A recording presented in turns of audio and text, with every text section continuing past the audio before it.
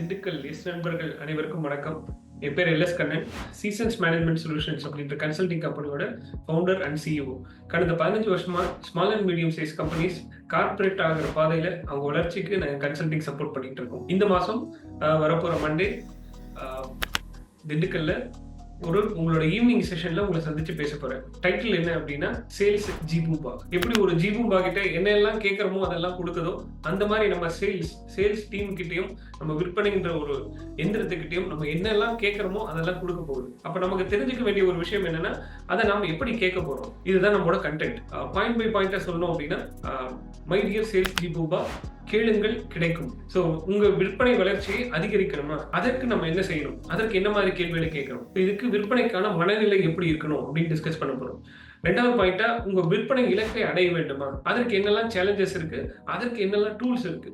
உதாரணமா பையர்ஸோட journey, customer journey, அதுக்கு ஃபேன் மாடல் அப்படின்னு ஒரு டூல் இருக்கு, அதை புரிஞ்சுக்க போறோம். Then customer is not free, cost of poor management அப்படின்னு சொல்லுவோம். அதாவது கடந்த 1 வருடங்களில் நம்மை விட்டு விலகி சென்ற வாடிக்கையாளர்கள் எவ்வளவு, அதனால் நம் நிறுவனம் அடைந்த இழப்பு எவ்வளவு, இதை பார்க்க போறோம்.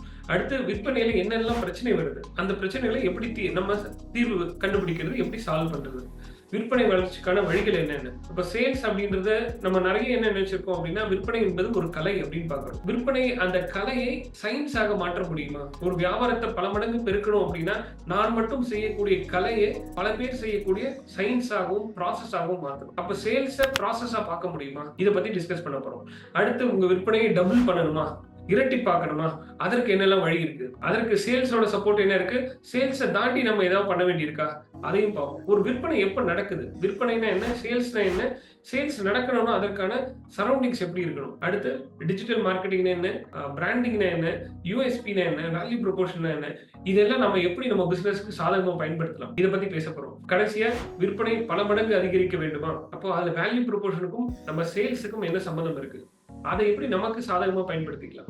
அதே மாதிரி நம்ம கஸ்டமர் நிறைய பேர் இருக்காங்க, அதாவது எல்லாம் 100% கஸ்டமர் சாட்டிஸ்ஃபைடா வச்சுக்க முடியுமா, வைத்துக் கொள்வது அவசியமா. அப்ப கஸ்டமர் டிஸ்சாட்டிஸ்ஃபேக்ஷன் இஸ் அக்செப்டபிள் அப்படின்னு நான் சொல்றேன். உங்களால ஒத்துக்க முடியுமா? மீட்டிங் அப்புறம் ஒத்துப்பீங்க. சோ எப்படின்றத பார்ப்போம். அதை வச்சு என் பிசினஸ் மாடல் நான் எப்படி டிசைன் பண்ண போறேன். சோ இதுதான் நம்மளுடைய டாபிக்கா பேச போறோம். 19ஆம் தேதி மாலை உங்க ஈவினிங் மீட்டிங்ல, மந்த்லி செமினார்ல உங்களை சந்திக்கிறேன். அவங்களோட காத்துட்டு இருக்கேன். மீண்டும் சந்திப்போம். நன்றி.